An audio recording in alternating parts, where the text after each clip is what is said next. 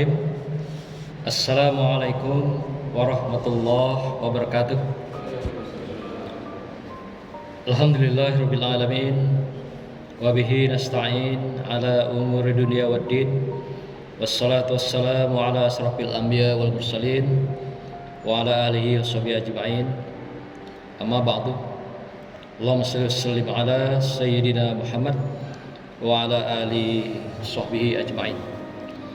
Yang saya hormati Ustadz, Ustazah, para guru, para khatib, Bilal, para jamaah, wabil khusus anak-anakku santri, santriah yang dimuliakan Allah.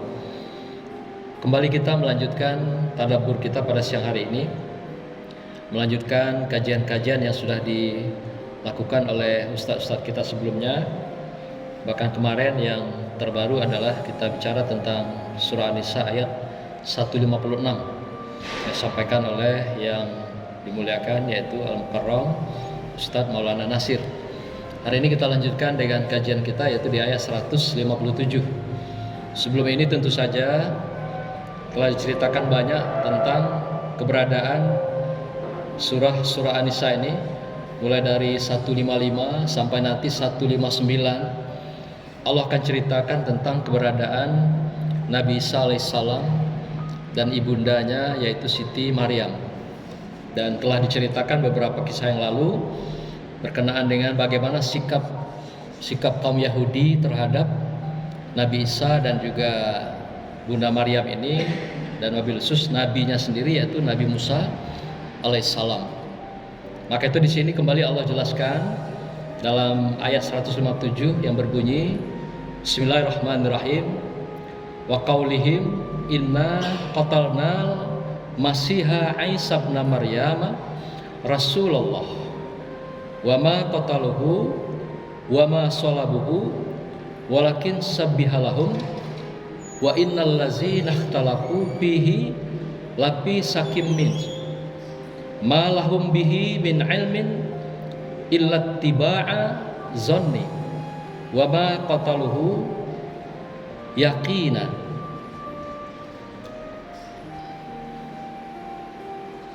Dan kami hukum juga mereka karena ucapan mereka, sesungguhnya kami telah membunuh Al-Masih Isa putra Maryam Rasulullah, padahal mereka tidak membunuhnya, kata Allah, dan pula tidak menyalibnya, tetapi yang mereka bunuh adalah orang yang diserupakan dengan Nabi Isa alaihissalam. Sesungguhnya mereka berselisih pendapat tentang pembunuhan Nabi Isa ini, selalu dalam keraguan-raguan tentang yang dibunuh. Mereka benar-benar tidak tahu siapa sebenarnya yang mereka bunuh itu. Mereka hanya mengikuti persangkaan mereka saja. Jadi mereka tidak yakin telah membunuh Nabi Isa alaihissalam. Shadaqallahul azim. Hadirin yang dimuliakan Allah, para tuan guru yang berbahagia, ayat ini mengisahkan kembali bahwasanya Allah mengatakan kami hukum juga mereka karena ucapan mereka. Sebelumnya tentu karena perbuatan mereka. Dalam ayat-ayat sebelumnya dikatakan ada 3 kebohongan besar yang telah mereka dustakan, mereka ghibahkan, bahkan mereka fitnahkan di dalam kehidupan mereka. Pertama, mereka adalah memfitnah Bunda Siti Maryam, di mana seorang wanita suci yang tinggal di masjid, tinggal di mihrab, yang makanannya pun hidangannya dari Allah Subhanahu wa taala. Saking sucinya Siti Maryam yang merupakan ibunda Nabi Isa alaihissalam ini. Makanannya pun dihidangkan oleh Allah Subhanahu wa taala dari langit. Begitu kekuasaan Allah ditunjukkan atas Siti Maryam. Dan kaum Yahudi, Bani Israel ini paham betul, mengerti betul dengan keberadaan Bunda Maryam ini adalah seorang wanita suci yang hidup di masjid.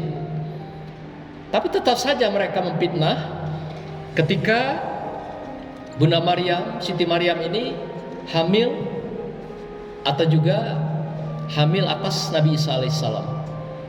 Ketika bulan demi bulan, hari demi hari bertambah, maka mereka juga membuat fitnah besar-besaran terhadap masyarakat Yahudi Bani Israel ini, dan mengatakan bahwa Siti Maryam telah melakukan perzinahan. Ini yang telah disampaikan oleh Ustaz Maulana yang lalu. Dan mereka mengumbar ini kemana-mana, berdusta, menyampaikan kemana-mana, sampai pada akhirnya mereka menutup hati mereka dan tidak lagi menerima kebenaran Maryam dan tidak lagi mengakui kesucian Maryam, sampai mereka berkhianat terhadap Siti Maryam sampai pada Isa alaihissalam. Dan fitnah ini menyebar kemana-mana, dusta ini menyebar kemana-mana, dilakukan oleh kaum Yahudi dan Bani Israel ini. Sampailah Nabi Isa lahir ke muka bumi, kemudian dia menjalankan dakwahnya, misinya, kenabiannya, kerasulannya. Kemudian mereka juga telah menutup hatinya untuk tidak mengikuti apa yang didakwahkan oleh Nabi Isa alaihissalam.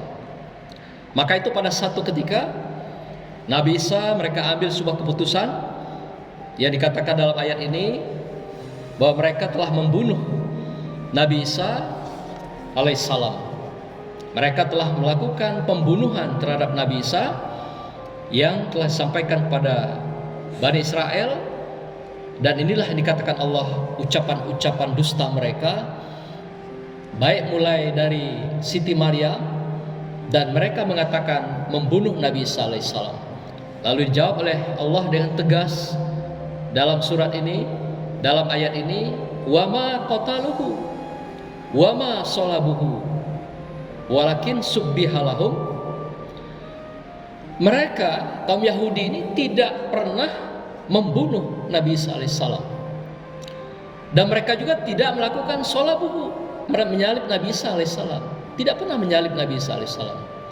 Tapi mereka membunuh orang yang diserupakan subbihalahum, yaitu diserupakan dengan Nabi Isa alaihissalam. Para mufassirin memberikan dua penafsiran dalam hal ini. Yang pertama, siapa yang disalib ini adalah mereka yang diutus oleh Yahudi mengintai perbuatan dakwah Nabi Isa alaihissalam. Kemana Nabi Isa diikuti dari belakang, apa Nabi Isa kerjakan diikuti. Pokoknya dengan kata lain, dia ini adalah mata-mata gitu. Orang yang ditunjuk oleh kaum Yahudi atau Bani Israel ini. Tapi atas kekuasaan Allah, dia inilah yang ketika Nabi Isa diburu oleh Bani Israel, diserupakan dengan Nabi Isa, dimiripkan dengan serupa wajahnya dengan Nabi Isa alaihissalam, sehingga dia inilah yang disalib lalu dibunuh oleh kaum Yahudi ini. Yang kedua adalah penafsiran mengatakan bahwa mereka yang sangat-sangat taat kepada dakwahnya Nabi Isa alaihissalam, ahli kitab. Jadi mereka sebagian, ada juga yang beriman. Tidak semua ahli kitab itu orang-orang yang ingkar pada Allah, tapi sebagian diantaranya adalah orang yang sangat taat. Ini yang diserupakan. Nah, ini dua mufassirin atau dua pandangan dari mufassirin memberikan dua orang ini. Nah, tapi banyak yang beranggapan adalah yang pertama ini lebih kuat. Mereka yang menguntit, yang mengintai, yang menjadi mata-mata daripada Nabi Isa alaihissalam, dia inilah yang diserupai oleh Allah SWT menjadi serupa Nabi Isa alaihissalam, dan dialah yang disalib lalu dibunuh. Nah, maka itu yang ketiga pernyataan di sini, wa innal lazi nahtalafu fihi lafi sakim min. Sesungguhnya mereka itu yang disalib itu, apa yang sudah mereka lakukan, mereka sendiri ragu sebenarnya. Ragunya kenapa? Karena teman mereka yang tadi ngintai itu hilang gitu. Kemana? Kok tiba-tiba yang disalib itu adalah Nabi Isa yang sudah lama menghilang. Kemudian tiba-tiba temannya ini juga menghilang. Nah, jadi timbul pro kontra di antara mereka sendiri, keraguan-keraguan itu antara mereka sendiri. Karena diserupakan Allah tadi dari antara mereka sendiri yang menjadi Nabi Isa, diserupakan Nabi Isa. Oleh Nabi Isa sudah pergi berpindah, diangkat oleh Allah SWT ke langit. Itulah kekuasaan Allah, kecil bagi Allah kalau hanya mau mengangkat Nabi Isa alaihissalam ke langit, apalagi hanya membuat serupa dengan Nabi Isa. Sedangkan dia sendiri adalah menciptakan Allah SWT ini terhadap segala makhluk. Maka itu diserupakan. Nah mereka sendiri gonjang-ganjing, tidak yakin sebenarnya dengan yang mereka bunuh itu adalah Nabi Isa. Karena satu saat bersamaan temannya ini hilang gitu. Jadi kemana perginya gitu. Jadi pro kontra antara iya dan tidak, antara yakin dan tidak bahwa yang mereka bunuh ini, mereka salib ini adalah Nabi Isa atau bukan. Tapi kebanyakan mereka tidak yakin.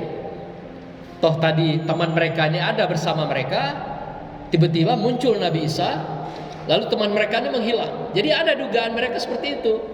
Sebenarnya yakin bahwa ini adalah temannya ini sendiri tadi.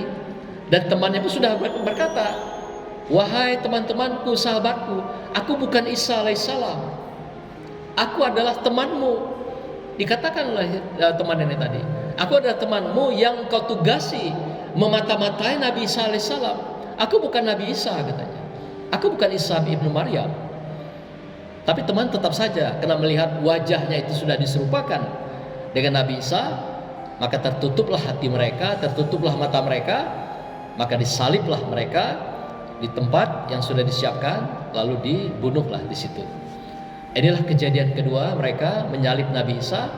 Nah, tapi anehnya mereka menyalib Nabi Isa ini, tetapi satu sisi mereka menganggap Isa ini Tuhan. Ini fitnah kebohongan mereka yang besar yang kedua. Kalau tadi fitnahnya terhadap Bunda Maryam, kedua mereka menganggap Nabi Isa ini Tuhan, Isa alaihissalam itu. Kalau ayat Al-Quran banyak sekali bercerita bahwasanya Isa sendiri mengatakan dirinya adalah Rasulullah. Tidak pernah dia mengatakan dirinya Tuhan. Tapi tetap saja orang menganggap dirinya Tuhan. Sampai kepalsuan, kedustaan itu dikatakan ada 3 Tuhan di dalam kehidupan Nasrani sebagai turunan dari Yahudi ini. Yang kita kenal dengan ada namanya Tuhan di surga, ada juga Ruhul Kudus, ada juga Nabi Isa sendiri adalah Tuhan. Sehingga dikenal mereka dengan Trinitas. Jadi Tuhan Bapa itu Tuhan di surga menurut mereka, Allah, kemudian Ruhul Kudus, Malaikat Jibril dianggap Tuhan juga, kemudian Nabi Isa alaihissalam, Nabi ini pun dianggap Tuhan. Sehingga lengkaplah kesirikan mereka, kedustaan mereka, kebohongan mereka yang sangat besar. Kalau istilah ayat ini ada namanya azimah. Azimah itu bukan dusta biasa, bukan kebohongan biasa, tapi kebohongan yang sangat-sangat besar, kemungkaran yang sangat-sangat besar. Inilah terhadap ilahiyah ketuhanan ini. Bukan satu dituhankan, tapi 3 sekaligus yang muncul dalam kehidupan mereka. Nah, yang ketiga, kebohongan itu apalagi? Setelah Nabi Isa yang mereka salib katanya, yang tadi diserupakan itu, muncul lagi kebohongan yang ketiga adalah mereka mengatakan Nabi Isa dilakukan demikian itu untuk menebus dosa. Bohong lagi. Jadi dianggap manusia lahir ke dunia membawa dosa warisan dari Adam alaihissalam. Maka itu Nabi Isa alaihissalam menebus dosa-dosa warisan itu terhadap makhluk manusia di muka bumi. Lagi-lagi berbohong kepada umatnya sampai hari ini. Pasti tetap ada yang didakwahkan seperti itu, tapi Al-Quran sudah jelas-jelas mengatakan itulah adanya, itulah fakta yang sebenarnya, yang merupakan kompilasi gabungan dari sekian kitab yang lalu disimpulkan dalam Al-Quran, dan inilah pernyataan Allah yang tidak diragukan kebenarannya dan keberadaannya. Maka itu kaum Yahudi ini, Ahlul Kitab ini sampai Nasrani, yang ketika hadir hari ini membenarkan keberadaan Al-Quran, keberadaan Nabi Musa alaihissalam bukan Tuhan. Yang mereka anggap Yahudi pada masa Nabi Musa itu, Musa ini juga Tuhan. Yang dianggap mereka itu Musa juga Tuhan, ada lagi pengganti tandingannya yaitu Uzair, dianggap juga Tuhan. Kemudian dia bikin lagi berhala-berhala, patung-patung seperti sapi, dianggap juga Tuhan. Banyak sekali Tuhan-Tuhan yang mereka jadikan di dalam kehidupan mereka. Bahkan ketika mereka membuat ini, menyatakan Uzair ini Tuhan, ketika Nabi Musa malah mendapatkan wahyu di Bukit Tursina, mereka berkhianat. Yahudi-Yahudi ini membuat Tuhan-Tuhan dan mengangkat Uzair sebagai Tuhannya. Inilah kebencian Allah yang luar biasa. Mereka yang betul-betul mencoba ingkar. Mereka ini katakan Allah Mereka sudah menutup hati mereka, pikiran mereka. Maka itu mereka pun aku tutup hati dan pikirannya. Summum bukmum umyum fahum la yu'minun. Khatamallahu ala qulubihim wa ala sam'ihim. Jadi mereka duluan nutup hatinya dan pikirannya dan telinganya. Maka Allah, aku tutup lagi. Lebih padat lagi. Mereka nutup, aku tutup lagi. Mereka mencoba bermain makarullah denganku, bermain dengan aku dengan segala strategi mereka, maka makarku lebih hebat kata Allah dari mereka, sehingga mereka tidak akan bisa menandingi kekuasaan Allah Subhanahu wa taala. Nah, disinilah 3 dosa besar yang dilakukan oleh kaum Yahudi ini sampai pada turunannya yaitu Nasrani pada hari ini. Sehingga terakhir di ayat ini Allah katakan, ma lahum bihi min ilmi illa tiba'a zanni. Mereka sampai akhir tidak pernah tahu siapa sebenarnya yang mereka salib itu. Yang mereka tahu itu adalah Isa alaihissalam, Nabi Isa. Yang diserupakan itu adalah Nabi Isa. Tapi sampai terakhir mereka setelah melakukan pembunuhan itu, mereka tidak bisa menjawab. Mereka sendiri ragu, tidak yakin terhadap apa yang mereka lakukan. Maka itu dikunci oleh Allah ayat ini, wa ma qataluhu yaqina. Jadi mereka enggak yakin telah melakukan pembunuhan pada Nabi Isa itu. Ketidakyakinan mereka itu terjadi seperti itu tadi. Temannya tadi ini tiba-tiba hilang. Yang tadi bersama mereka, yang mereka tugasi memata-matai Nabi Isa, tiba-tiba hilang. Kok timbul muncul Nabi Isa? Sementara Nabi Isa itu sudah lama, sudah sekian waktu sudah tidak bersama mereka, sudah menghilang. Yang tadi sudah diangkat oleh Allah SWT ke langit. Dan nanti mereka akan kaget bahwa Nabi Isa akan turun kembali ke muka bumi ini pada ayat berikutnya 158. Allah mengangkat Nabi Isa ke langit. 159 ayat ini Allah akan turunkan kembali Nabi Isa untuk memberikan persaksian kepada mereka yang berdusta, berbohong, memfitnah keberadaan mulai dari ketuhanan ilahiyah sampai dari Musa alaihissalam, kemudian fitnah kepada Bunda Maria, kemudian Nabi Isa alaihissalam, sampai mereka menyatakan bahwa Nabi Isa itu dibunuh adalah dalam rangka untuk penebusan dosa. Nanti akan dibuktikan oleh Nabi Isa alaihissalam persaksiannya terhadap umat-umat yang telah membohongi mereka ini, azimah itu, berbohong dengan sesungguhnya itu, dan mereka akan buka semuanya apa yang telah mereka lakukan. Dan Nabi Isa bersaksi tentang kebohongan-kebohongan yang sudah mereka katakan tentang Nabi Isa alaihissalam.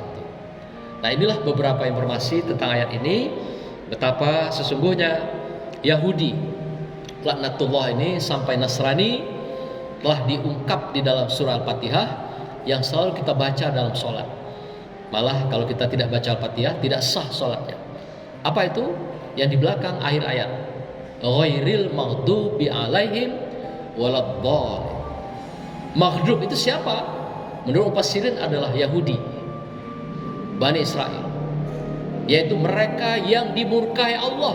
Bukan murka biasa, murka yang azim, murka yang sebenar murka oleh Allah SWT terhadap mereka ini sampai hari ini. Dan dolin, siapa itu mereka? Inilah kelompok Nasrani yang telah berdusta, yang telah memfitnah dengan sesungguhnya, dengan besar, azim. Maka dikatakan sana azimah, menunjukkan betapa besarnya, betapa hebatnya dusta mereka, persaksian mereka, dusta bohong-bohong mereka, dan fitnah yang telah mereka sebarkan. Maka itu kita setiap saat diminta berdoa agar tidak menjadi orang-orang yang dimurkai Allah ini, dan tidak menjadi orang-orang yang dolin, yang dibenci oleh Allah SWT. Dimurkai siapa? Yahudi. Dolin siapa? Yang dibenci. Itulah Nasrani. Subhanallah. Nauzubillah min dzalik. Maka itu kita berdoa sebelumnya, ihdinas siratal mustaqim. Ya Allah, tunjukkan kami jalan yang benar, jalan yang lurus, jalan yang baik, jalan yang hasanah.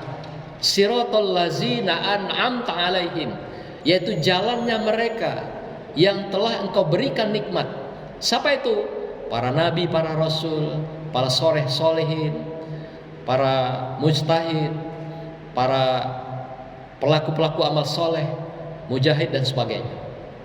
Inilah mereka yang telah dijamin oleh Allah SWT memasuki surganya Allah. Dan inilah doa-doa kita. Semoga kita semua mendapatkan ridhonya, tetap dalam ihdinas siratal mustaqim, dan jangan pernah kita menjadi orang-orang yang maghduf dan dolin, Yahudi dan ataupun Nasrani yang selalu kita doakan dalam kehidupan kita.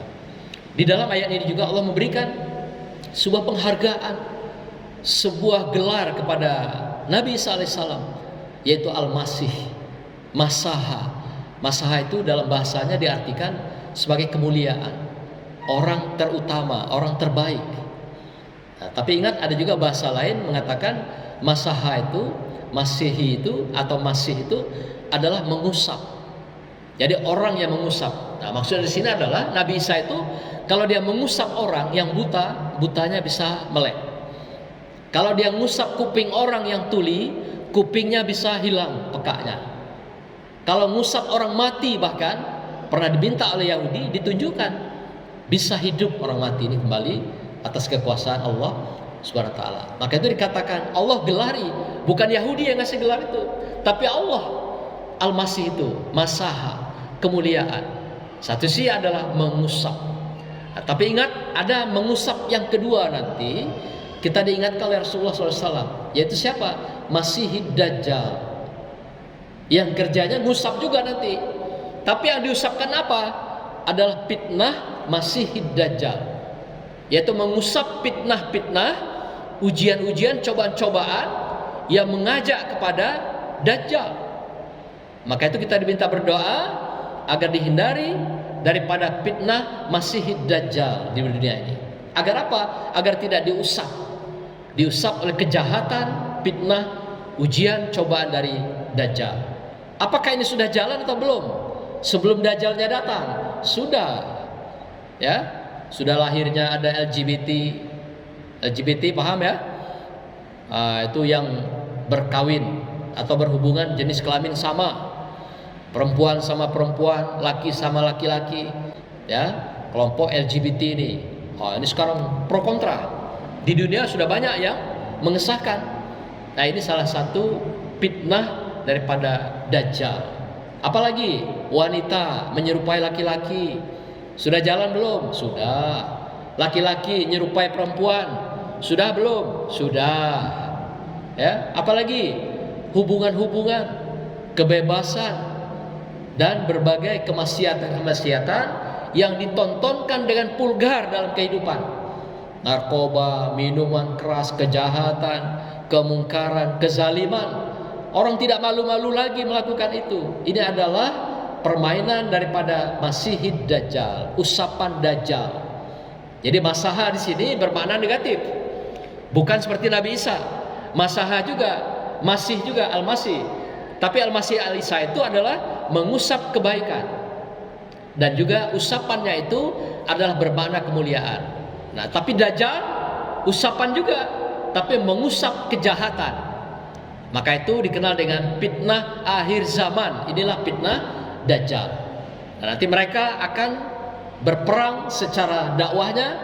Nabi Isa akan saksi menjadi umat-umat terdahulu yang sudah berbohong dengan benar-benar kebohongan itu, dan juga berhadapan dengan Dajjal yang juga Masih ini. Mereka sama-sama saling mengusap nanti. Al-Masih mengusap kebaikan, kebenaran. Dajjal mengusap adalah hal-hal yang bersifat kejahatan. Jadi kalau Al-Masih, kita ingat kata-kata Al-Masih itu dari Allah sebenarnya, penghargaan, kemuliaan untuk Isa alaihissalam. Tetapi Dajjal juga mengambil gelar ini dari Rasulullah, tapi mengusap tentang hal-hal bersifat kejahatan. Dalam bahasa Inggris mereka mengenal bukan Masih, Al-Masih atau Masehe atau Maseh. Nah, tapi juga mereka mengenal ada istilahnya Kris. Maka itu ada namanya Kristian. Nah, pernah dengar itu ya? Kristian. Itu maknanya apa? Kemuliaan. Sama dengan istilah tadi Masehi atau Masih itu. Al-Masih, Masaha yang diberikan pada Isa alaihissalam. Jadi mereka akan namakan Kristian.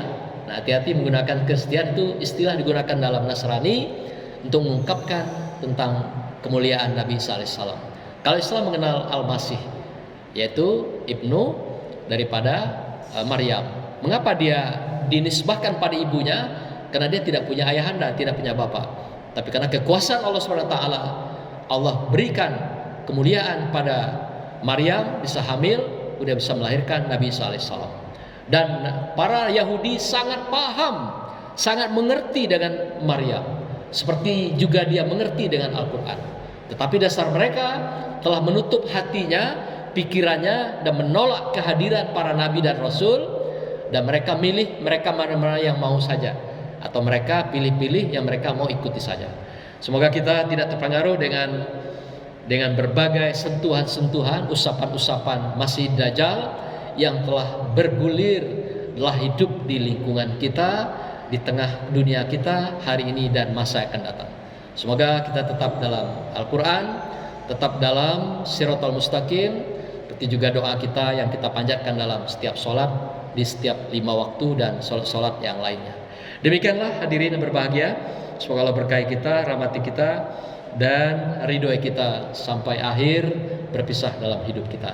Wassalamualaikum warahmatullahi wabarakatuh.